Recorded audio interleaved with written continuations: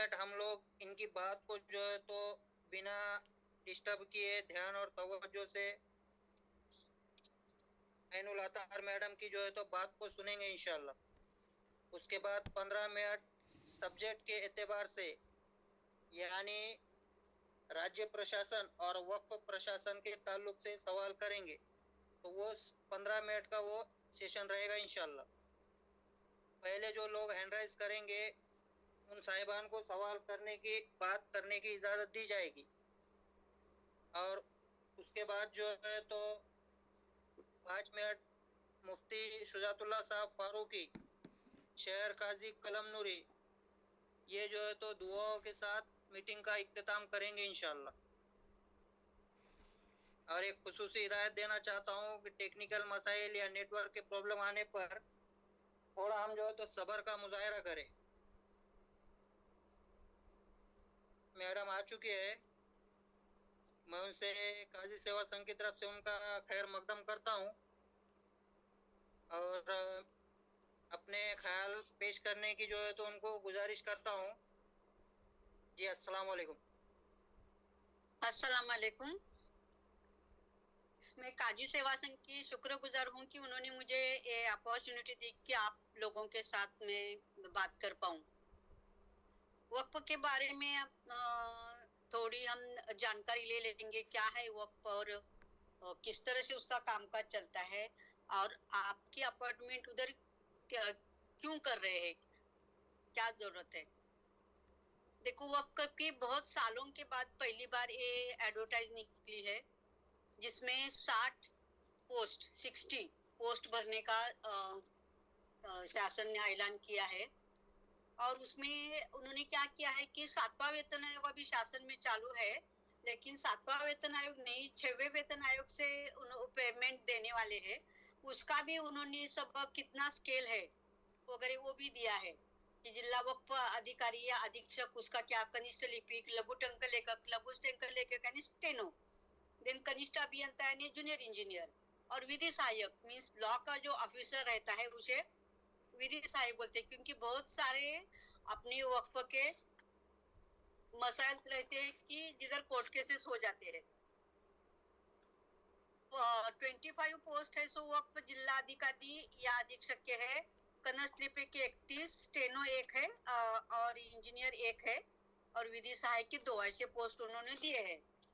अभी एग्जाम किस तरह से होने वाली है ये बहुत आपको बहुत लोगों ने बताया होगा, लेकिन फिर भी और एक बार मैं रिपीट करती हूँ कि आपको कम से कम एग्जाम तुम्हारी रहेगी सो वो 200 मार्क की राइटिंग रिटर्न एग्जाम रहेगी। रिटर्न मीन्स लिखने का नहीं है, only multiple choice questions means एक क्वेश्चन के आपको 4 ऑप्शन दिए जाएंगे और उसमें से आपको करेक्ट है सो एक चुनना है। तो इसके लिए आपको कंप्यूटर अच्छी तरह से यूज करने आना चाहिए, माउस वगैरह आपके हाथ में अच्छी तरह से आना चाहिए। और इसके लिए 200 मार्क रहेंगे, एक 100 क्वेश्चन रहेंगे, 100 हर क्वेश्चन को 2 मार्क्स रहेंगे और एक टोटल 200 मार्क्स की एग्जाम रहेगी। लेकिन उसके लिए टाइम कितना रहेगा, उसके लिए टाइम सिर्फ 2 घंटे का रहेगा, 120 मिनट का टाइम रहेगा। मीन्स आपको बहुत ही फास्ट आपको छुड़ाना पड़ेगा, सोच के जवाब देना पड़ेगा, क्योंकि 1 मिनट को एक क्वेश्चन एवरेज ऐसा समझो आपको छुड़ाना पड़ेगा। तो उसके हिसाब से आपको तैयारी करना है। और उसमें दिया क्या है उन्होंने कि मराठी के 10 प्रश्न आएंगे, उसमें मराठी ग्रामर या जनरल मराठी का मराठी भाषा का उगम कहाँ से हुआ, तो संस्कृत से हुआ। फिर इंग्रजी भाषा का ग्रामर, उसकी तरह का कुछ जनरल नॉलेज, कुछ एक अच्छा कौन सा शेक्सपियर कौन था, ऐसी इस तरह के भी क्वेश्चन पूछे जा सकते हैं। उसके 10 प्रश्न रहेंगे, मीन्स 20 मार्क का रहेगा वो। और उर्दू के 10 प्रश्न रहेंगे उर्दू भाषा के लिए, मीन्स उसका ग्रामर और इस तरह के। इसका मतलब क्या है कि बहुत कम वेटेज भाषा के लिए दिया गया है, 20 60 मार्क्स। तो उसमें से ऐसा कंडिशन उन्होंने डाले कि उर्दू लिहिता वाचता बोलता आले पाहिजे।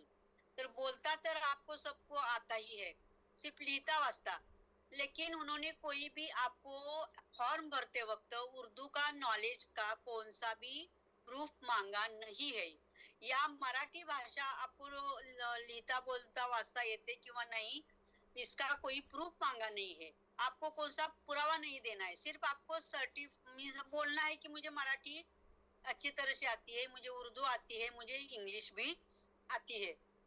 बाद में उन्होंने क्या बोला है कि वक्फ अधिकारी के लिए 35 मार्क्स में 70 मार्क का जनरल नॉलेज के प्रश्न पूछे जाएंगे, और बौद्धिक शास्त्री क्या जनरल इंटेलिजेंस, इसके 35 प्रश्न पूछे जाएंगे। अभी जो लोगों ने पुलिस भर्ती के लिए कोशिश की है, पुलिस भर्ती के राइटिंग में एग्जाम जिन्होंने आवाज नहीं आ रही है जी आ रही है मैडम। है ना, कोई किसी ने मैसेज डाला आवाज नहीं आ रही है, आपका थोड़ा सिग्नल देखो। तो जिन्होंने पुलिस भर्ती की एग्जाम दी है तो वो लोगों के लिए ये एग्जाम बहुत ही इजी जाएगी, उनके लिए कोई भी दिक्कत नहीं आएगी। अभी जूनियर और कनिष्ठ लिपिक के लिए भी यही पैटर्न है। कनिष्ठ अभियंता के लिए उन्होंने क्या किया है कि मराठी इंग्रजी हिंदी मराठी और इंग्रजी रखा है, उर्दू उधर नहीं रखा है। लेकिन 30 प्रश्न उन्होंने क्या बोला है कि मैं 60 मार्क अभियांत्रिकी यानी सिविल इंजीनियर उन्होंने मांगा है। तो इंजीनियरिंग का क्या पूछेंगे वो, तो इंजीनियरिंग का जो बेसिक फंडामेंटल्स जो रहते हैं उस पर क्वेश्चन आ जाएंगे। सिविल इंजीनियरिंग के बेसिक क्या है प्रिंसिपल्स, या अप्लाइड मैकेनिक सब्जेक्ट में क्या क्या रहता है, ड्राइंग कैसा निकाला जाता है, या मेजरमेंट कैसे ली जाती है, कंस्ट्रक्शन कैसा दिया जाता है, 7/12 उतारा कैसे पढ़ा जाता है, उसका उसमें की जो हर एक जो सिग्निफिकेंस जो टर्म दी है उसका सिग्निफिकेंस क्या रहता है, ये आपको पूछा जाएगा। इसके लिए किसी ने अभी तक 7/12 उतारा नहीं देखा होगा तो वो 7/12 उतारा आप देख लो, और उसमें मेनली 3 या 4 कॉलम्स रहते हैं, किसमें फिर कौन से कॉलम में ओनर का नाम आता है, बाकी आदर इसमें किसका नाम डाला जाता है, उसका नंबर जो दिया है, तो एरिया कैसा दिया जाता है, एक एकड़ यानी कितने स्क्वायर फीट रहता है, 1 गुंठा यानी कितना स्क्वायर फीट रहता है। तो इस हिसाब से आपको उसमें बेसिक क्वेश्चन पूछे जाएंगे। बेसिक प्रिंसिपल सिविल इंजीनियरिंग का क्या है, तो ये उसमें पूछा जाएगा। ये भी इंजीनियर के लिए भी जो एग्जाम रहेगा वो 200 मार्क की रहेगी। उन्होंने डिग्री मांगी है, डिग्री इन सिविल इंजीनियरिंग, ये क्वालिफिकेशन मांगा है। तो कौन सी भी यूनिवर्सिटी की डिग्री को वो एलिजिबल कर रहे हैं। और विधि सहायक के लिए मींस लॉ ऑफिसर के लिए उन्होंने लॉ के प्रश्न लॉ ग्रेजुएट मांगा है, और उसमें लॉ के प्रश्न 30 पूछे जाएंगे। लॉ के प्रश्न यानी क्या आ जाएंगे, जनरल जो महसूल के महसूल रेवेन्यू डिपार्टमेंट के जो लॉ एप्लीकेबल है उनके लिए, तो उसके प्रश्न पूछे जाएंगे। और दूसरा वक्फ एक्ट है, वक्फ एक्ट क्या है, तो उसके हिसाब से प्रश्न पूछे जाएंगे। वक्फ एक्ट क्या है, वक्फ यानी पहले हम ये सोचेंगे कि वक्फ क्या है। तो वक्फ क्या है कि जो मुस्लिम लोगों के रिलीजियस संस्था है, यानी दरगाह है, कब्रस्तान है, मस्जिद है, ये सब अपने रिलीजियस संस्था है, तो वो उसे वक्फ कहा जाता है। जैसे अपना चैरिटी कमिश्नर रहता है या मदरसा बोलो, ये that is called all this organisations और इंस्टीट्यूशंस आर कॉल्ड एज वक्फ। जैसे चैरिटी कमिश्नर रहता है हिंदू लोगों के लिए, चैरिटी कमिश्नर के साथ मुस्लिम संस्था भी रजिस्टर कर सकती है, हिंदू संस्था भी रजिस्टर कर सकती है, और उधर से एक नंबर दिया जाता है। लेकिन जो अपना वक्फ है, वक्फ में ओनली रिलीजियस इंस्टीट्यूशंस आप रजिस्टर करते हो। एखादे मुस्लिम आदमी ने सपोज एजुकेशन इंस्टीट्यूट एखादे मुस्लिम आदमी ने एजुकेशन इंस्टीट्यूट रजिस्टर की है, तो वो चैरिटी कमिश्नर के साथ भी वो कर सकता है। और चैरिटी कमिश्नर की तरफ जो संस्था रजिस्टर होती है उसका पूरा मैनेजमेंट एक चैरिटी कमिश्नर का एक्ट है उस हिसाब से किया जाता है। और अपने वक्फ पर जो संस्था रहती है वो जैसे मैंने बोला कि सब रिलीजियस संस्था, मदरसा, कब्रस्तान, दरगाह, मस्जिद, ये सब वक्फ के अंडर आते हैं। और वक्फ किसे बोला जाता है? जो मुस्लिम लोगों ने अल्लाह के नाम से जो दान किया है, प्रॉपर्टी, जमीन, क्या उसे ऐसा कहा जाता है कि वो आदमी ने वो वक्फ किया। वो वक्फ किया तो उसका मालिक कौन रहता है? उसका मालिक अल्लाह ही रहता है। Once waqf is a always waqf. एक बार किसी ने अपनी प्रॉपर्टी वक्फ कर दी तो वो कभी भी उसको वापस नहीं मिल सकती, या और किसी को भी वो बेच नहीं सकता है, सिर्फ लीज पे दे सकता है। तो वो बोला जाता है कि ये आदमी ने ये प्रॉपर्टी वक्फ की है, यानी अल्लाह को दे दी है। तो वक्फ बोर्ड का क्या काम है? तो वक्फ बोर्ड का काम ये है कि ये जो वक्फ प्रॉपर्टीज है उसका मैनेजमेंट करना। अभी वक्फ प्रॉपर्टी मैनेज करने के लिए वक्फ ट्रस्ट बनाया जाता है, और वो उस वक्फ ट्रस्ट के ट्रस्टी रहते हैं, और वो ट्रस्टी लोग वो वक्फ का पूरा प्रॉपर्टी मैनेज करते हैं। मैनेज करने का यानी क्या कि उधर कुछ जमीन है तो वो लीज पे देना, उधर कोई बिल्डिंग बनाई हुई है तो वो लीज पे देना, उसका किराया कितना रखना, उसका मेंटेनेंस किस तरह से करना, दरगाह की देखभाल, दीवा बत्ती किस तरह से करना, उसका खर्चा किस तरह से मैनेज करना, लोगों की तरफ से जो आता है उसका इनकम, जो वक्फ के लिए इनकम आता है वो इनकम का ऑडिट रिपोर्ट कैसे बनाना, ये सब ये ट्रस्टी लोग करते हैं। और उधर सपोज क्या भी बिल्डिंग बनाना है, क्या बनाना है, तो उसका भी सब वक्फ ट्रस्टी करते हैं। लेकिन ट्रस्टी को पूरे अधिकार नहीं है। ट्रस्टी लोगों को ऐसा लगता है कि हम मालिक ही बन गए, वो जो कुछ प्रॉपर्टी है। लेकिन ट्रस्टी, जैसे आपको मालूम है, महात्मा गांधी ने ट्रस्टी का कंसेप्ट लाया। ट्रस्टी यानी सिर्फ वो क्या है, रखवालदार, उसका विश्वस्त उस प्रॉपर्टी का। जैसे चैरिटी कमिश्नर के भी जब प्रॉपर्टी एकादश संस्था रजिस्टर हो गई तो उसके जो विश्वस्त रहते हैं वो उस ट्रस्ट की देखभाल करते हैं, वैसे वक्फ के भी जो ट्रस्टी रहते हैं वो उस प्रॉपर्टी की देखभाल करते हैं। अभी महाराष्ट्र में 97,000 एकर्स वक्फ की लैंड है, और वो वक्फ की लैंड, लेकिन उसमें काफी मींस एनक्रोचमेंट हो गया है कि का 60% एनक्रोचमेंट नजदीक है। एनक्रोचमेंट यानी क्या कि अनऑथराइज्ड लोगों ने उनके पर कब्जा किया है। यदि वक्फ का प्रॉपर अपन मैनेज कर पाए तो वक्फ अपने को सरकार की माइनॉरिटी की कोई ग्रांट की जरूरत नहीं है। हम अपने समाज की उसके हिसाब से बहुत डेवलपमेंट कर सकते हैं। वक्फ का ऑब्जेक्टिव क्या है? वक्फ में से जो इनकम निकलता है वो मुस्लिम समाज के उन्नति के लिए यूज करना है, ऐसा वक्फ का ऑब्जेक्टिव है। लेकिन बहुत बार ये होता नहीं, कभी कभी ट्रस्टी लोग ही घर लेके जाते हैं, या कोई ऐसा ही कम भाव में वो जमीन लेते हैं, या फिर वो जमीन पर बिल्डिंग बनाई। अभी कितने सारे आपको मालूम है कि जो अपनी एंटीलिया बिल्डिंग है, एंटीलिया जो अंबानी ने बनाई है 1100 करोड़ डाल के, तो वो अपनी वक्फ की प्रॉपर्टी है। लेकिन उस जमाने के लोगों की कुछ गलती के कारण वो जमीन उनको बेची गई, और अभी सुप्रीम कोर्ट में भी सुप्रीम कोर्ट तक उसकी केस गई, और उस केस के लिए मैं भी कितनी बार सुप्रीम कोर्ट में गई, और अभी सुप्रीम कोर्ट ने डिसीजन दिया है, लेकिन वो अभी मैं नहीं बताती। लेकिन वक्फ का जो कुछ ऑब्जेक्टिव है और वक्फ के जो ट्रस्टी लोग हैं वो बराबर से काम करते हैं कि नहीं, वक्फ प्रॉपर्टी बराबर मैनेज होती है कि नहीं, ये देखने का काम अपने वक्फ बोर्ड का है। अभी वक्फ बोर्ड किस तरह से काम करता है? वक्फ बोर्ड वक्फ एक्ट के हिसाब से काम करता है। और वक्फ बोर्ड के जो मेंबर्स रहते हैं उसमें क्या रहता है कि एक चेयरमैन रहता है और बाकी सब जो रहते हैं सब मेंबर्स रहते हैं। तो वो मेंबर्स अलग अलग कैटेगरी में से वो मेंबर्स चुने जाते हैं।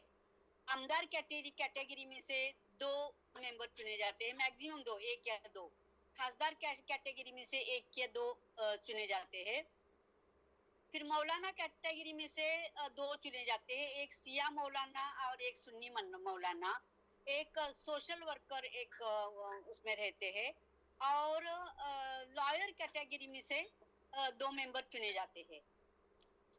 और जो सोशल वर्क कैटेगरी में का जो मेंबर रहता है वो गवर्नमेंट नॉमिनेट करता है।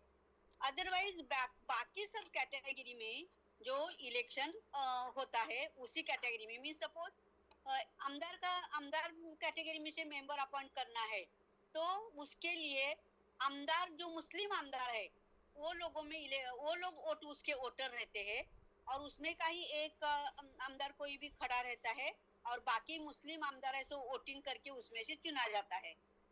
लेकिन यूजुअली क्या होता है, पॉलिटिकल पार्टी जो रूलिंग करने वाली रहती है वो आपस में डिसाइड करती है और एक आदमी का नाम उधर आमदार करके दिया जाता है। जैसे कि हमारे वजाहत मिर्जा जो है वो आमदार कैटेगरी में से है।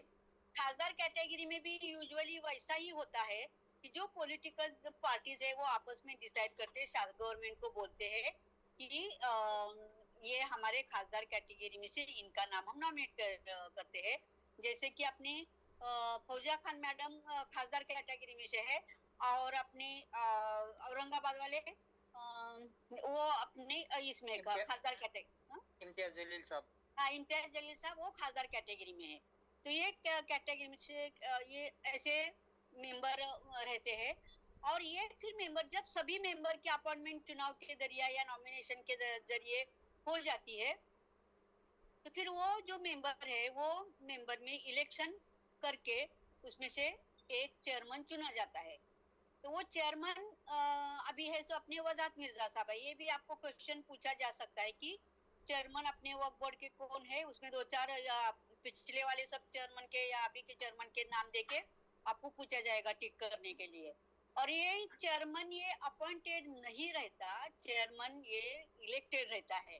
तो आपको ये भी एक्ट में ये भी ध्यान में रखना है कि कौन से मेंबर नॉमिनेटेड है और कौन से मेंबर बाय इलेक्शन है। चेयरमैन का अपॉइंटमेंट कैसे किया जाता है ये भी आपको मालूम होना जरूरी है। हर ट्रस्ट का हक, हर वक्फ का उसका खुद का एक घटना रहती है, और वो घटना उनको वक्फ बोर्ड से उसकी मंजूरी लेना पड़ती है। और हर जो ऐसा वक्फ बनाए जो वक्फ करते हैं लोग, वो सभी वक्फ प्रॉपर्टी की वक्फ बोर्ड में रजिस्ट्रेशन होना, जैसे कि हिंदू दूसरे चैरिटी ट्रस्ट की जैसे रजिस्ट्रेशन अपनी चैरिटी कमिश्नर के पास होता है, उस तरह से ये जो वक्फ किया हो रहता है उसका सभी का वक्फ बोर्ड में रजिस्ट्रेशन होना बहुत जरूरी होता है। फिर ये जो जिस रूल पे वो हर एक वक्फ की ट्रस्ट चलना चाहिए उसके जो रूल्स बनाए रहते हैं उसका भी अप्रूवल आपको मींस वो ट्रस्टी लोगों को वक्फ बोर्ड से लेना होता है। कोई चेंज रिपोर्ट है, मींस कोई मेंबर को निकालना है, दूसरे मेंबर ऐड करना है, कोई मर गया ट्रस्टी तो उसकी जगह दूसरा लेना है, तो उसके लिए भी सभी वक्फ बोर्ड की परमिशन लेना पड़ती है। वक्फ बोर्ड फिर कैसे परमिशन देता है, वक्फ बोर्ड के मीटिंग्स होती रहती है, और मीटिंग में वो सब एजेंडा आता है, और मेजोरिटी से सपोज 11 मेंबर है, एक आधे इशू पर डिस्प्यूट हो गया तो वोटिंग लिया जाता है, और जो मेजोरिटी जिधर से वोटिंग करती है उस हिसाब से वो डिसीजन हो जाता है। और सपोज इक्वल हो गया तो वक्फ बोर्ड के जो चेयरमैन है उनको अधिकार रहता है कि उनका वोटिंग किस बाजू जाए और डिसीजन किस तरह से लिया जाए। अपनी जो वक्फ प्रॉपर्टीज है उसमें के कुछ प्रॉपर्टीज जैसे कि अपनी कुछ दरगाहें हैं वो डायरेक्ट वक्फ बोर्ड के अंदर, परभनी की जो तुरबुल हक दरगाह है वो डायरेक्ट वक्फ बोर्ड के अंदर आती है, मीन उसका पूरा मैनेजमेंट वक्फ बोर्ड की तरफ से होता है। उधर 35 एकर्स की लैंड है, लेकिन वक्फ बोर्ड की तरफ से प्रॉपर उसकी डेवलपमेंट नहीं होने के कारण उसका इनकम इतना जितना होना चाहिए उतना नहीं हो रहा है। प्रॉपरली 35 एकर्स यदि ये करेंगे तो अपने को उधर से काफी इनकम निकल सकता है। उधर अच्छे अच्छे एजुकेशन इंस्टीट्यूट्स अपन बना सकते हैं, हॉस्पिटल उधर बना सकते हैं। तो ये कौन बना सकता है कि वक्फ बोर्ड उसमें ठहराव लेके ये उधर बना सकता है। ऐसे और भी कुछ प्रॉपर्टीज है वो डायरेक्ट वक्फ बोर्ड के अंदर मैनेजमेंट में आती है, और बाकी सब जो प्रॉपर्टी वर्क्स है वो पूरे प्राइवेट ट्रस्ट है और वो मैनेज करते हैं। फिर उसमें क्या है कि हर ट्रस्ट का जो इनकम है उसमें का कुछ परसेंटेज उसी ट्रस्ट को वर्क बोर्ड में जमा करना होता है, और वो वर्क बोर्ड का इनकम होता है।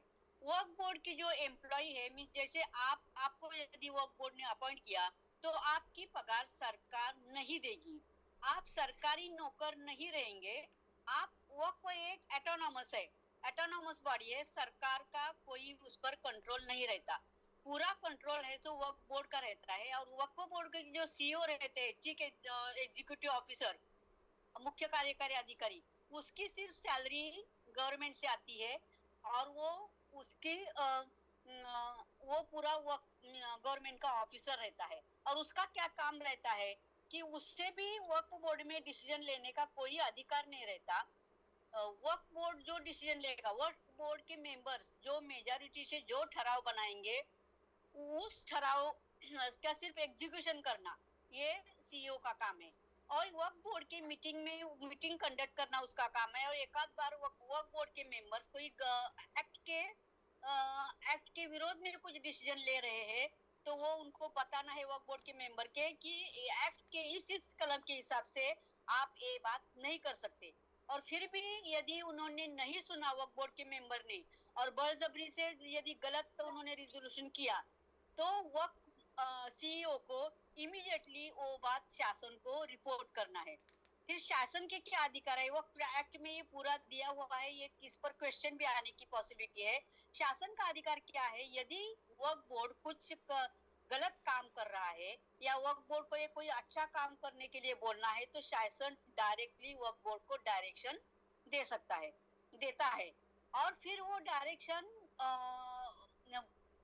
मींस फॉलो करना वो वर्क बोर्ड के मेंबर्स की भी जिम्मेदारी होती है। It is compulsory on them, and also CEO, मुख्य कार्यकारी अधिकारी की भी वो जिम्मेदारी होती है कि गवर्नमेंट ने जो कुछ दिया है डायरेक्शन, उसका एग्जीक्यूशन करना और वो वक्फ के फायदे में रहना। सेंट्रल गवर्नमेंट के भी वर्क बोर्ड है, उधर भी मेंबर्स रहते हैं। और वर्क बोर्ड में एक ये है कि जैसे चैरिटी कमिश्नर में कोई भी उधर चैरिटी कमिश्नर हो सकता है, या उनका एडवाइजरी बोर्ड में भी कोई भी जा सकता है, वैसा वर्क बोर्ड में नहीं हो सकता। वर्क बोर्ड के पूरे मेंबर है वो मुस्लिम ही होना जरूरी है। अभी और सेंट्रल गवर्नमेंट ने और एक डायरेक्शन दिया कि उसमें कम से कम 2 महिला सदस्य होना बहुत जरूरी है। पहली वो कंडीशन नहीं थी, लेकिन अभी वो कंडीशन गवर्नमेंट ने डाली है। तो अभी अपने फौजिया खान मैडम है, वो महिला कैटेगरी में से अपनी वर्क बोर्ड की मेंबर है। सेंट्रल वक्फ के बोर्ड में सेंट्रल ये भी है, उधर एक वामसी करके एक सॉफ्टवेयर डेवलप किया गया है सेंट्रल वक्फ बोर्ड की तरफ से, वक्फ काउंसिल की तरफ से। तो उसमें क्या है कि आप वो खोल के देखना साइट कि किस तरह से वक्फ प्रॉपर्टी में प्रॉपर्टी का उधर सब इंफॉर्मेशन दिया गया है। और हर वक्फ बोर्ड को डायरेक्शन दिया गया है कि उन्होंने उनके स्टेट की पूरी जो प्रॉपर्टी है वो उधर डेटा एंट्री करके उधर डालना जरूरी है। तो आपको भी यदि कुछ कॉलेज खोलना है या हॉस्पिटल खोलना है, तो उसके लिए आप वक्फ की जो जमीन है वो लीज पे ले सकते हैं। 1 साल के लिए या 3 साल तक प्रॉपर्टी लीज करने के अधिकार वक्फ बोर्ड के ट्रस्टी लोगों को है। लेकिन वक्फ बोर्ड के यानी जिसका जो वक्फ ट्रस्ट है उनको वो अधिकार रहते हैं। लेकिन उसके ऊपर वक्फ बोर्ड को अधिकार ट्रस्टियों ने प्रपोजल देना चाहिए वक्फ बोर्ड को, और वक्फ बोर्ड ने ठहराव करके उनको परमिशन देना जरूरी है। 1 साल तक ट्रस्टी खुद 11 महीने तक ट्रस्टी खुद वो लीज पे जमीन दे सकते। लेकिन उसके आगे यदि अभी कॉलेज वगैरह खोलना है तो कोई 1 साल के या 3 साल के लिए वो जमीन लीज पे लेके उस पर बिल्डिंग नहीं खड़ा करेगा। तो उसके लिए ज्यादा से ज्यादा 30 साल तक प्रॉपर्टी लीज पे देने की वक्फ एक्ट में प्रोविजन है। और उन्होंने क्या ऑब्जेक्टिव्स दिए हैं कि तुम एजुकेशन इंस्टीट्यूट के लिए और हॉस्पिटल के लिए तुम 30 साल के लिए प्रॉपर्टी लीज पे दे सकते हो। और लीज के लिए उसके लिए क्या करना है कि वो जमीन का जो भाड़ा है वो वक्फ बोर्ड को देना है। और वो how it should be given on lease, lease पे किस तरह से दिया जाए, तो उसके भी लीज रूल्स बनाए, सेंट्रल गवर्नमेंट ने बनाए हैं, और उसके हिसाब से महाराष्ट्र गवर्नमेंट में वो फॉलो करके, वक्फ बोर्ड में वो फॉलो करके उसी अमाउंट में उस उतना पैसा लेके लोगों को लीज पे अपनी वक्त की प्रॉपर्टी वो दे सकते हैं। अभी आपको मालूम है मौलाना वस्तानवी का मदनगर में जो कॉलेज है, वो फार्मेसी कॉलेज है, मुझे लगता है दूसरे भी कॉलेजेस है, वो सब वक्फ बोर्ड के जमीन पर ही है, वो प्रॉपर्टी उन्होंने ली है। उधर जो विलासराव देशमुख साहब के जो भाई है, उनकी भी एक एजुकेशन इंस्टीट्यूट है, उसके लिए भी काफी जमीन वक्फ से ली गई है। फिर जो औरंगाबाद में जकरिया साहब का जो कैंपस है, वो पूरा इसके जमीन पे ही है, वक्फ बोर्ड के ही जमीन पे है। अभी उनको सिर्फ अपन 1200 रुपए सालाना भाड़ा चार्ज करते हैं। और फिर वो वोडाफोन करके जो कंपनी है, वोडाफोन ही मुझे लगता है, वीडियोकॉन, उसके पास भी अपनी 20 एकड़ जमीन है, उसका भी कुछ ऐसा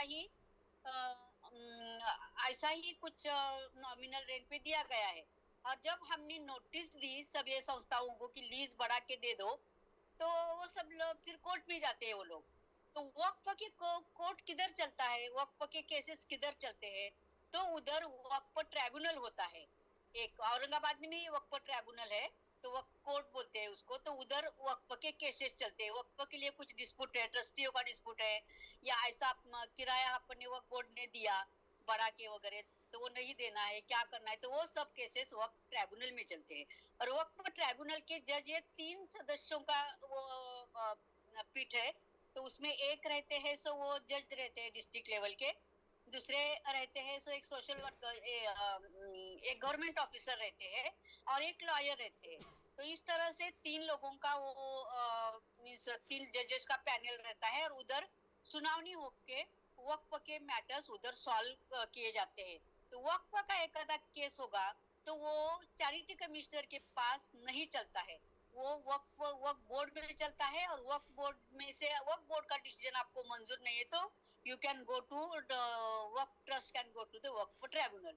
और वक्फ ट्राइब्यूनल का भी आपको डिसीजन मंजूर नहीं है तो आप हाईकोर्ट में उसके अगेंस्ट दावा कर सकते हैं।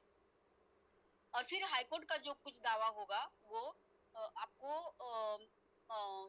बाइंडिंग रहता है।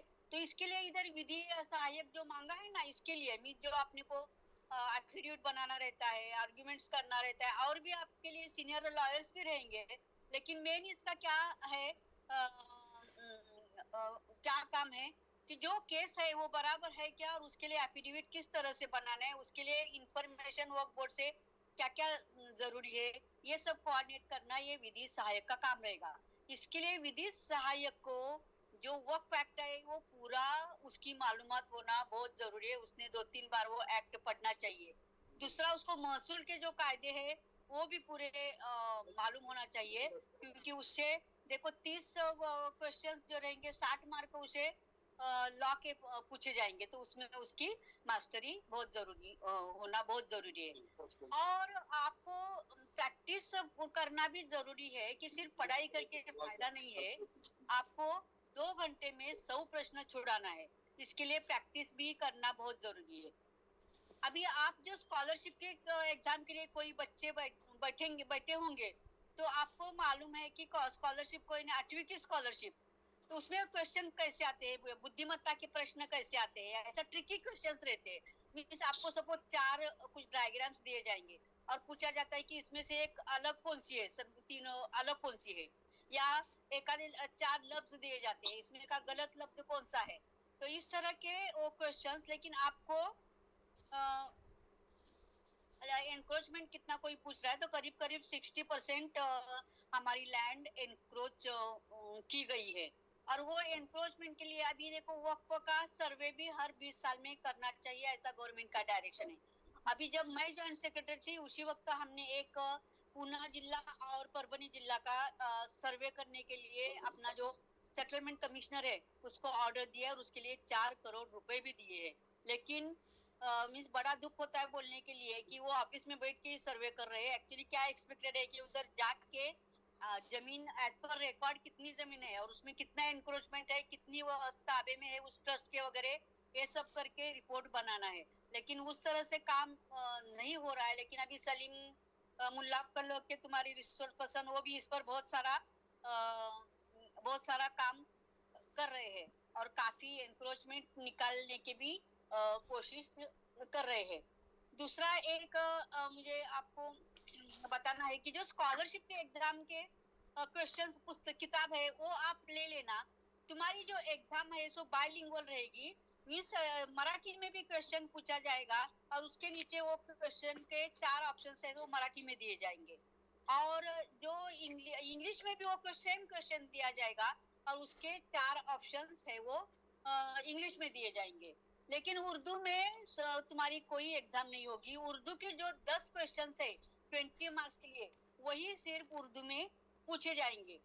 इसके लिए आपको डरने की जरूरत नहीं। आप इंग्लिश मीडियम में पढ़े हो, उर्दू मीडियम में पढ़े हो या मराठी माध्यम में पढ़े हो, सब बच्चे इस सभी पोस्ट के लिए अप्लाई कर सकते हैं। उन्होंने जरूर ऑनलाइन इसके लिए अप्लाई अर्ज करना चाहिए। अभी तो मालूम है आपको, इंग्लिश मीडियम के स्कूल में या उर्दू मीडियम के स्कूल में सभी इसमें मराठी सब्जेक्ट कंपलसरी किया गया है। तो इसके कारण आपको कोई डरने की जरूरत नहीं है। सिर्फ आपकी थोड़ी जनरल नॉलेज होगी। ये मीन्स आप डेली, अभी आज से आपको एक काम करना है, यदि वर्क बोर्ड के एग्जाम को बैठना है तो डेली मराठी पेपर ले लो, क्योंकि पॉलिटिक्स वगैरह उसमें ज्यादा इंफॉर्मेशन आती है, या इंग्लिश पेपर ले लो। और वो दोनों पेपर डेली पढ़ने का, मीन्स उसमें हो गए चोरा मारा मारा खून दरोड़े, वो नहीं पढ़ने का। जो पॉलिटिकल न्यूज है, कौन मंत्री है, कौन मंत्री है, या क्या डिसीजन हो गया है, कौन सा नया जीआर आया है, कौन सा। अभी आज से डेली आपको mdd.maharashtra.gov.in, ये जो माइनॉरिटी डिपार्टमेंट की जो वेबसाइट है, उधर जाके, या महाराष्ट्र शासन की महाराष्ट्र.gov.in, डेली आज आपको शाम को उसे विजिट करना है।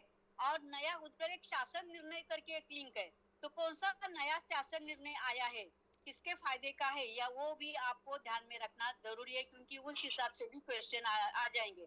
जैसे कि अभी एक महात्मा फुले जन आरोग्य योजना, पहले ये व्हाइट, अपना जो अमीर लोग है, जिनका व्हाइट रेशन कार्ड है, उनके लिए लागू नहीं थी। लेकिन अभी गवर्नमेंट ने क्या किया कि सभी के लिए वो योजना लागू करी। मीन्स अमीर आदमी है तो भी उसे गवर्नमेंट हॉस्पिटल में फ्री में उसका फ्री में वो इलाज कर सकता है। तो ये जीआर क्या क्या नए नए निकले हैं वो भी आपको देखना पड़ेगा। दूसरा, जो महाराष्ट्र गवर्नमेंट की जो वेबसाइट है एमडीडी की, तो उस पर जाके अभी 2008 में MDD department, minority development department चालू हो गया। तो वहां से लेके आज तक वक्फ के बारे में कौन से जीआर निकाले गए हैं, वो भी आपको देखना जरूरी है। तो उसमें दिया गया है कि किस तरह से मैनेज करना, क्या करना। दूसरा, आपको माइनॉरिटी डिपार्टमेंट की कौन से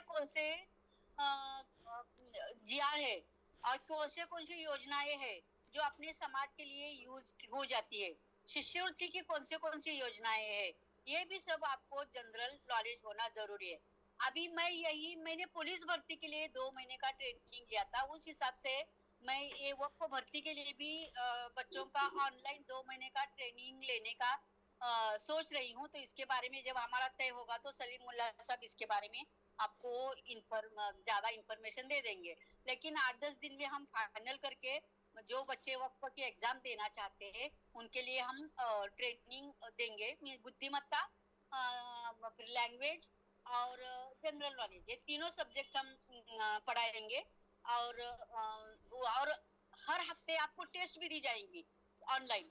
तो वो आपको, उसके कारण आपका स्पीड भी बढ़ेगा और आपको प्रैक्टिस भी करवाने का मेरा इरादा है। अभी वो जैसे मैं उस पर काम कर रही हूँ, जैसे फाइनल होगा सलीमुल्लाह साहब बताएंगे, फिर उधर बच्चों को रजिस्टर करवा के ले लेंगे। दूसरा, एक आपको मालूम है कि अभी इसके लिए का थोड़ा बजट का वगैरह भी हम देख रहे हैं, किस तरह से पैसे गोला करे वगैरह। और अभी आपको मालूम है कि एप्लीकेशन आपका जो नौकरी के लिए जो अर्जी देना है वो ऑनलाइन करना है। तो 4 सितंबर लास्ट डेट है, अभी से आप भरने चालू करो, क्योंकि बहुत बार वो वेबसाइट डाउन होती है, स्कैन करने में प्रॉब्लम आता है, पैसे जाने में प्रॉब्लम हो जाते हैं, तो लास्ट मिनट तक आप वेट मत करो। और किस तरह से आपको भरना है एप्लीकेशन, तुम्हारा फोटो किस साइज का चाहिए, फोटो स्कैन करी उसकी फाइल कितनी चाहिए, कौन से डॉक्यूमेंट आपको उधर लगाना है, क्या नहीं लगाना है। उन्होंने डॉक्यूमेंट्स अपलोड करने के लिए नहीं बोला है, फोटो तुम्हारा लेकिन अपलोड करने के लिए बोला है। और बाकी जो कुछ इंफॉर्मेशन है वो आपको यूजर आईडी और पासवर्ड बना के आपको पूरी उसमें आपको भरना है। आप कितने भी पोस्ट के लिए, आप सभी पोस्ट के लिए भी आप क्वालिफिकेशन तो अप्लाई कर सकते हैं, लेकिन अभी उन्होंने क्या बोला है कि हर पोस्ट के लिए आपको 1,000 रुपए फी शुल्क भरना पड़ेगा। लेकिन मैं बोलती हूँ अभी काजी साहब को मैं रिक्वेस्ट करती हूँ कि अभी अजीत दादा ने एक देखो सब तरफ से बाकी तलाटी और दूसरे जो जेडपी के वगैरह पोस्ट थे, तो 3-3 4-4 पोस्ट के लिए बच्चे अप्लाई कर ले, तो हर एक की अलग फी भरने के लिए सबने विरोध किया। तो अभी अजीत दादा पाटिल जो अपने पवार जो अपने फाइनेंस मिनिस्टर है, उन्होंने डिक्लेयर किया कि एक जेडपी की 5 भी पोस्ट है तो ही उसे एक ही शुल्क भरना है। मीन्स हमारे भी वर्क बोर्ड के आप ऐसी डिमांड करो गवर्नमेंट से कि यदि हम 4 पोस्ट को भी अप्लाई करें तो सिर्फ हमको 1,000 रुपए ही भरना पड़े। तो ऐसा यदि आप अब्दुल सत्तार को आप बता देंगे या अपने जो वजात मिर्जा साहब है उनको राइटिंग में दे देंगे तो आपके लिए भी ये फैसिलिटी मिल सकती है। और 1,000 भी कम शुल्क नहीं है, बहुत ज्यादा शुल्क है।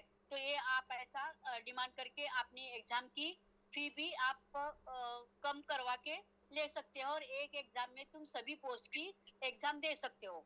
दूसरा इम्पोर्टेंट कि आजकल जो गवर्नमेंट की जब सभी नौकरियां, ये एक्चुअली गवर्नमेंट नहीं है, ऑटोनॉमस बॉडी है, फिर भी उधर कंप्यूटर का नॉलेज बहुत जरूरी है। और गवर्नमेंट के सभी इसके लिए कि एमएससीआईटी कोर्स कंपलसरी किया है। अभी इन्होंने पहले ये कंडीशन नहीं डाली है कि लेकिन आपको नौकरी मिली तो आपको इमीडिएटली वो कोर्स पूरा करना है। लेकिन अभी जो लोगों ने वो कोर्स नहीं किया है वो इमीडिएटली इस कोर्स के लिए भी एडमिशन ले लो। 3 महीने में वो कोर्स पूरा होता है एमएससीआईटी का, और वो आपको एक एडिशनल क्वालिफिकेशन होगा।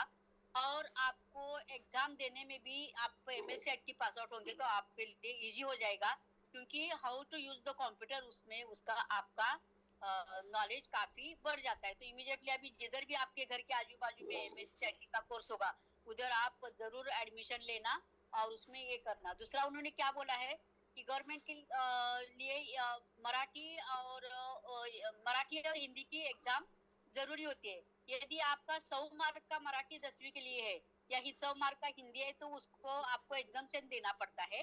लेकिन यदि 50-50 मार्क का है तो आपको और भी आपको एक एग्जाम देनी पड़ती है, लेकिन दैट इज आफ्टर रिक्रूटमेंट। लेकिन ये बहुत सालों के बाद इधर। और दूसरा एक है कि तुमको कंपटीशन कम है कि only Muslims are eligible for this post. तो बाकी जो ज्यादा होशियार बच्चे हैं जो मराठा समाज के या अदर ब्राह्मण समाज के कौन से भी, तो वो तुम्हारे कॉम्पिटिटर इधर नहीं रहेंगे। इसके लिए आपको बहुत अच्छे चांसेस है ये एग्जाम के पास आउट होने के लिए। लेकिन आज से ही आपको तैयारी करने चालू करना बहुत जरूरी है। 8वीं का स्कॉलरशिप का किताब लाना, आप पुलिस भर्ती के जो एग्जाम के जो किताबें है वो लाना, और उसमें जो क्वेश्चंस वगैरह दिए गए हैं, उसमें जो टेस्ट दिए गए हैं वो छुड़ाने की कोशिश करना। ऑनलाइन भी कुछ टेस्ट अवेलेबल है, और यदि हमने ट्रेनिंग लिया आपके लिए तो हम भी हर हफ्ते आपको एक टेस्ट देंगे। वो उसका प्रोसेस अब बाद में सलीम मुल्ला साहब बता देंगे। तो अभी मुझे लगता है मुझे दिया हुआ टाइम खत्म हो गया है, तो आपको किसको क्या क्वेश्चन पूछना है तो आप पूछ सकते हो। और सब्जेक्ट का जो नॉलेज है तो जब हम ट्रेनिंग लेंगे ना उसी वक्त पूरे सब्जेक्ट की बुद्धिमत्ता या Marathi Hindi English Marathi Urdu English grammar या फिर जनरल नॉलेज ये आपको पूरा डिटेल में बताया जाएगा। तो थैंक यू वेरी मच मुझे अपॉर्चुनिटी देने के लिए। किसी को कुछ क्वेश्चन है तो पूछना, मैं उसके जवाब दे दूंगी। मैडम, सबसे पहले काजी सेवा संघ की जानिब से मैं आपका शुक्रिया अदा करता हूँ। और अभी जो है तो शुक्रिया। हाँ हाँ। सोहराब साहब नांदेड़ ये आपसे सवाल पूछेंगे, और सवाल पूछने वाले से मैं आत्मन गुजारिश करूंगा कि टॉपिक से रिलेटेड सवाल करे और मुख्तसर अंदाज में सवाल करे ताकि सबको मौका मिले। हेलो जी मैम, पूछिए। मुझे 2 पोस्ट के लिए अप्लाई करना है, तो सेपरेट एप्लीकेशन फॉर्म फिल करना पड़ेगा क्या? रजिस्ट्रेशन सेपरेट करना पड़ेगा क्या? हो रजिस्ट्रेशन सेपरेट करना पड़ेगा, एप्लीकेशन सेपरेट भरना पड़ेगा। मैम मैं नोट्स के रिगार्डिंग बात करना चाहता था, वक्फ बोर्ड की जो नोट्स है उसके बारे में आपसे पूछना चाहता था, कहाँ पे मिलेंगे उसके एक्ट वगैरह? वर्क एक्ट तो वेबसाइट पे डाला हुआ है। वर्क एक्ट 1995 और 2013 में अमेंड किया गया है वर्क एक्ट। तो अमेंडमेंट में मेन अमेंडमेंट क्या है कि कौन सी भी वक्फ की जमीन बेची नहीं जा सकती। वंस इज वक्फ पे ऑलवेज वक्फ। उसके पहले क्या था कि वक्फ की जमीन बेची जा सकती थी, लेकिन अभी वैसा नहीं होता। ये बहुत बड़ी अमेंडमेंट है। तो 2013 के अमेंडमेंट और ओरिजिनल वक्फ एक्ट वो है, वेबसाइट पे भी डाला हुआ है, किताबें भी मिलती है। ये गवर्नमेंट प्रेस जो है ना चरनी रोड पे, तो मुंबई में, तो वहाँ भी ये एक्ट की कॉपी मिलती है। और औरंगाबाद में भी काफी दुकानें हैं, तो उधर मराठी में ट्रांसलेट किया हुआ भी वक्फ एक्ट है। तो एक उधर के लॉयर उन्होंने वो ट्रांसलेट किया हुआ भी है। जिनको इंग्लिश अच्छी नहीं जमती वो मराठी में भी पढ़ सकते हैं। दस्तगीर मुल्ला साहब, कोल्हापुर।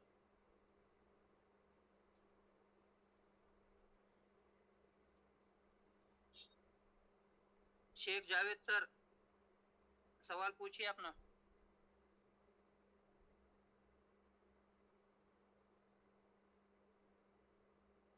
हेलो जी सवाल पूछिए। हाँ हेलो, या अभी आपने मुझे अनम्यूट किया है, इसके लिए मैं सवाल मैडम मैं सबसे पहले आपका बहुत बहुत शुक्रिया, आपने इतनी मालूमात दी। और इससे पहले मैं आपका एक लेक्चर अटेंड कर चुका हूँ स्कॉलरशिप के ताल्लुक से। आप काफी अच्छा गाइडेंस करते हैं रिगार्डिंग दिस। मेरा क्वेश्चन ये था मैडम, जैसे कि आपने पुलिस भर्ती की बुक्स और 8वीं का स्कॉलरशिप का जो एग्जाम होता है तो उसके अपने बुक को रेफर करने के लिए बोला। इसके अलावा ना और कोई एक पर्टिकुलर बुक्स का अगर कोई नाम बता देंगे आप तैयारी के लिए तो बहुत अच्छा होगा। नहीं, अभी मेरे सामने नाम नहीं है, लेकिन पुलिस भर्ती के लिए जो बहुत लोगों ने किताबें लिखी है उसमें क्वेश्चन पेपर्स वगैरह दिए, तो वो आप रिफर कर सकते हैं। बाद में मैं आपको नाम भी दे दूंगी। हाँ, और मैडम आप वो जो ट्रेनिंग रखने वाले जो इसके एग्जाम के ताल्लुक से है, वो थोड़ा आप ग्रुप पे गाइस सबको थोड़ा बता दीजिएगा, हम भी थोड़ा हाँ, ट्रेनिंग वो अटेंड करेंगे। अब ये इनके जो काजी साहब की जो ऑर्गेनाइजेशन है ना, उनको और सलीमुल्लाह साहब को मैं बता दूंगी, वो ग्रुप में डालेंगे। हम आपसे फॉर्म भी भरवा के लेंगे, गूगल फॉर्म, क्योंकि सबके लिए हम लिंक नहीं भेज सकते। तो वो प्रोसेस हम एक 4-5 दिन में तय करके इंफॉर्मेशन आप तक पहुंच जाएगी। Thanks a lot madam, thanks a lot. Dastagir Mulla साहब, सवाल पूछिए अपना। सलामुकुम सर। वालेकुम सलाम। हाँ बोलो। हेलो सलामुकुम मैडम। वालेकुम सलाम। हाँ हाँ, मैं दस्तगीर मुल्ला बात कर रहा हूँ यस। कोल्हापुर से। और हाँ नाम, मैं स्टूडेंट हूँ ये एग्जाम का बच्चों की अभी, या वो हाँ बोर्ड की क्या। मेरा वेलफेयर फाउंडेशन है कोल्हापुर में क्या। हाँ तो मेरी मैडम एक मेरा ऐसा सवाल है आपको, आपने भी माशाल्लाह वक्फ बोर्ड में अल्पसंख्यक विभाग में काम किया है क्या। यस। हाँ आपका आप कहते हैं कि वक्फ बोर्ड की जो जगह भी भर्ती होगी उसको हाँ पेमेंट वक्फ बोर्ड ही देगा। यस। तो मेरा कहने का मतलब क्या है, अगर वक्फ बोर्ड ही अभी की जो भर्ती हो रही है उसे जब पेमेंट देगा क्या, हाँ तो फिर ये भर्ती की जो प्रोसीजर है क्या, हाँ ये महाराष्ट्र शासन की तरफ से क्यों कर रहे हैं वक्फ बोर्ड? वक्फ बोर्ड खुद भी बना सकता था ना। नहीं नहीं, अभी अपन महाराष्ट्र शासन भी नहीं कर रहा है और वक्फ बोर्ड भी नहीं कर रहा है, वो आउटसोर्स किया है। जो एग्जाम अच्छा। लेते हैं ना, TISS, IBPS, ऐसे जो बड़े ऑर्गेनाइजेशन, नामवंत ऑर्गेनाइजेशन है, MKCL, उनकी हाँ। तरफ से एजेंसी के तरफ से करवा रहे हैं, ना कि वक्फ बोर्ड या ना कि महाराष्ट्र शासन। लेकिन मैडम, अगर हाँ हम 15 कलमी कार्यक्रम जब फॉलो करते हैं पूरे इंडिया में क्या, यस। तो पंतप्रधान का जो 15 कलमी कार्यक्रम में ऑलरेडी उसके में ये है बायोलॉजी की, पूरे इंडिया के जो बच्चे हैं एजुकेटेड बच्चे, हाँ तो उनको नौकरी दिलाने का काम वो डिस्ट्रिक्ट का कलेक्टर ही करने का है क्या। और सेंट्रल हाँ गवर्नमेंट की ये डायरेक्शन है ना कि यस। 15 कलमी के अंदर, तो वो बायोलॉज के अंदर ये भर्ती हो सकती थी बच्चों की, और फीस को 1000 रुपए 900 रुपए ये बच्चों के नहीं जाते ना। आप अगर गवर्नमेंट 15 से कड़ी डिमांड में करो ना, कम से कम 4 पोस्ट है, के लिए एक ही फी ले लो, इतना तो डिमांड करो। अभी देखो नहीं अभी मैडम, एग्जाम का भी खर्चा भी बहुत है। वो जो कंप्यूटर का पूरा सॉफ्टवेयर बनाना, जो क्वेश्चन बनाने वाले एक्सपर्ट रहते हैं उनको रेम्यूनरेशन देना, वो जो सेंटर्स रहते हैं वहाँ कंप्यूटर का भाड़ा देना, ये खर्चा भी बहुत होता है, नहीं ऐसा नहीं। उसके कारण हेलो, गवर्नमेंट अस्सलाम फी ले वालेकुम। रहा है। हाँ ठीक है, हेलो, अस्सलाम वालेकुम। हाँ वालेकुम सलाम। हाँ, मैं डॉक्टर जुबैर खतीब बात कर रहा हूँ बीड़ से। यस, आपके जो ब्राउचर में 3.9 जो है, 3.9 वयाची अट अनुभवाची हाँ। अट शिथिलते बाबत, इसको जरा आप थोड़ा एक्सप्लेन करें तो मुनासिब है। वयाच्या स्थितीने क्या रहता है कि एखादा सपोज अच्छा 200 के 200 से 200 तुमने स्कोर किया, तो आपका स्पेशल कंसिडरेशन, आप 40 साल के हैं तो भी आपका स्पेशल कंसिडरेशन किया जाएगा। अभी इन्होंने महिला रिजर्वेशन वगैरह नहीं रखा है, लेकिन हाँ, महिलाओं को भी मैं प्रेफरेंस दिया जाता है। तो एक आधी महिला है, इंटेलिजेंट है और वो 38 के ऊपर है, तो उसके लिए भी गवर्नमेंट की तरफ से कंसिडर किया जाए। लेकिन वो कैसा कंसिडर किया जाएगा, एक कमेटी के सामने रखा जाएगा कि इसके मार्क 200 आउट ऑफ 200 है, तो इसका नॉलेज अच्छा है, उसका क्वालिफिकेशन अच्छा है, तो वो कमेटी के सामने रख के वो कंसिडर किया जाएगा। लेकिन हाँ, इसके बिल्कुल लिए आपको ज्यादा एज के जो बच्चे हैं उनको भी एप्लीकेशन करके एग्जाम देना जरूरी है। यदि कोई नहीं, ऐसे बिल्कुल सही बात है, वो समझ रहा हूँ मैं आपका। लेकिन हाँ, एप्लीकेशन में जो है 38 के ऊपर जा रहा है ना कर्सर, 85 को ब्लॉक कर दिया। नहीं मैं ले तो रहा चाह क्या? रहा हूँ आपने अप्लाई करूँ, देखा लेकिन करके? हाँ, मैं 38 के ऊपर वहीं नहीं रुक जा गया रहा ना। है क्या? नहीं जा रहा। तो फिर 85 को क्रॉस हो आप गया। वर्क बोर्ड में आप मेल डालो ना। मैं भी बोलती हूँ तहसीलदार साहब को, मैं भी बोलती हूँ कि तुमने तो कंडीशन मैं मेल को मिलने की एज कोशिश, मैं उनके अपने खाजी साहब के पीए से बात कर चुका था। वो बोले कि मेरे मैटर समझ में आ गया उनके, मैं खुद अप्लाई करना चाह रहा। मैं एमएससी पीएचडी हूँ। हाँ। तो फिर आपको पीएचडी तो वर्क बोर्ड में जाने की क्या जरूरत है? आपके नॉलेज की बच्चों को पढ़ाने के लिए ज्यादा जरूरत है। एक ट्राई करके देखने का, एग्जाम देके। हाँ, तो आपने बोला है तो फिर कॉलेज है पहले वहाँ तो पे, मैं भी तहसीलदार साहब को बोलती हूँ फूड टेक्नोलॉजी कॉलेज में। कि आपका 38 के ऊपर नहीं ले रहा है करके बोल दूंगी। उतना अगर कर दिए तो देखेंगे, इंशाल्लाह ट्राई करके देखेंगे। हाँ, हाँ, लेना बहुत चाहिए शुक्रिया। उन्होंने, क्या ऐसी कंडीशन डाले तो सब हाँ, के लेना चाहिए। 85 के नीचे कर्सर नहीं ले रहा हो। और अगर गाजी सर, वक्फ के कर्मचारी अगर गाजी हैं सर अपना तो उनके सवाल पूछिए। हेलो, अस्सलाम वालेकुम। अस्सलाम वालेकुम मैम। वालेकुम सलाम। मैम, मेरा क्वेश्चन है कि ये जो वक्फ बोर्ड है, ये सेमी गवर्नमेंट है, तो ये इसके लिए कुछ जॉब सिक्योरिटी है या कभी भी रिमूव कर सकते हैं ये? नहीं, जॉब सिक्योरिटी तो ऑलवेज है उधर। आपका प्रोविडेंट फंड भी आपका कट होगा या आपको मीन्स ग्रेच्युटी भी मिलेगी। लेकिन यदि आपको फ्रॉड करोगे या कुछ गड़बड़ करोगे तो आपको कभी भी निकाल सकते हैं। आपने सिंसियरली ऑनेस्टली काम किया तो आपको कोई नहीं निकाल सकता। लास्ट तक आप उधर काम कर सकते हो। अच्छा मैम, दूसरा सवाल ये है कि जैसा उर्दू और हिंदी मराठी दिया है, तो उसके लिए कोई बुक्स का नाम है कि आपको जो आप रिफर कर सकते हैं हमें, ग्रामर देखो वगैरह वो की? अभी उन्होंने क्या बोला है कि 12वीं तक का मराठी इंग्रजी आपको आना चाहिए। तो जो ग्रामर वगैरह रहता है ना, वही आपने को बेसिक जो 9वीं 10वीं में पढ़ाते हैं ना ग्रामर, वही आएगा। एक आधा सेंटेंस दिए तो गलत है क्या, सही है क्या, गलत है वगैरह ऐसा पूछेंगे, या कुछ चेंज द, नॉमिनल होगा, इतना क्या ज्यादा डिफिकल्ट नहीं रहेगा। लेकिन आप ग्रामर जो है ना 8वीं 9वीं 10वीं का किताबें, ये मराठी और अंग्रेजी का, वो किताबें पढ़ो आप ग्रामर की। जी मैम, और एक क्वेश्चन था कि वहाँ पे फॉर्म में दे रहा है 1 जुलाई 2023 के बाद के लोगों को ले नहीं सकते क्या फॉर्म में? उनके पहले वालों को अप्लाई करना होगा। अगर किसी का जो रिजल्ट है फाइनल ईयर का वो 1 जुलाई 2023 के बाद आया है तो वो उसको ले नहीं रहा है, ऐसा कुछ है क्या उसमें? अभी वो सॉफ्टवेयर के क्या नहीं ले रहा है तो वो देखना पड़ेगा, मुझे अपीयर्ड करके लिखना पड़ेगा। नहीं मैम, डेट उसकी जो पासिंग डेट है वो आगे नहीं बढ़ रही है। डेट ऑफ पासिंग पूछ रहा है वो क्वालिफिकेशन में डिग्री का, तो वो बाद की डेट नहीं ले रहा है। 1 जुलाई 2000 इन्हें जो 1 जुलाई 2023 के डेट के पहले जिन बच्चों का हो चुका है, रिजल्ट आ चुका है, उनको दे रहा है। हाँ, मीन्स जिनका रिजल्ट नहीं आया उनको एक्सेप्ट नहीं कर रहा है जी। वो कंडीशन उन्होंने डाला है ना ग्रेजुएट, क्योंकि अभी तक तो सब डिग्री के रिजल्ट आ गए हैं, इसके लिए वो नहीं ले रहा है, वो नहीं लेगा। वो Okay, सिर्फ ma'am. इसके लिए स्टेनो के लिए है, देखो 12वीं पास, तो उसके लिए ले सकता है वो, लेकिन स्टेनो के तुम्हारा ITI का कोर्स होना जरूरी है। शेख मुस्तफा साहब अपना सवाल पूछिए। शेख मुस्तफा साहब। हेलो जी मैम, मेरा एक क्वेश्चन, ये 2 क्वेश्चन थे। एक हाँ। क्वेश्चन ये था कि जो करंट अफेयर्स पूछे जाएंगे तो वो हाँ। स्टेट लेवल के रहेंगे या नेशनल लेवल के?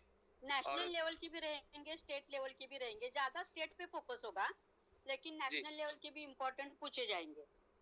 जी। और दूसरा क्वेश्चन ये था मैम कि इसमें नेगेटिव मार्किंग रहेंगी क्या नहीं? निगेटिव मार्किंग नहीं है, वो एक अच्छा है। असल में मैं परसों के दिन सीईओ साहब से मिला MSCID के सिलसिले में, हाँ। तो उन्होंने बोले कि आफ्टर सिलेक्शन 6 मंथ का टाइम देंगे बोले आपको।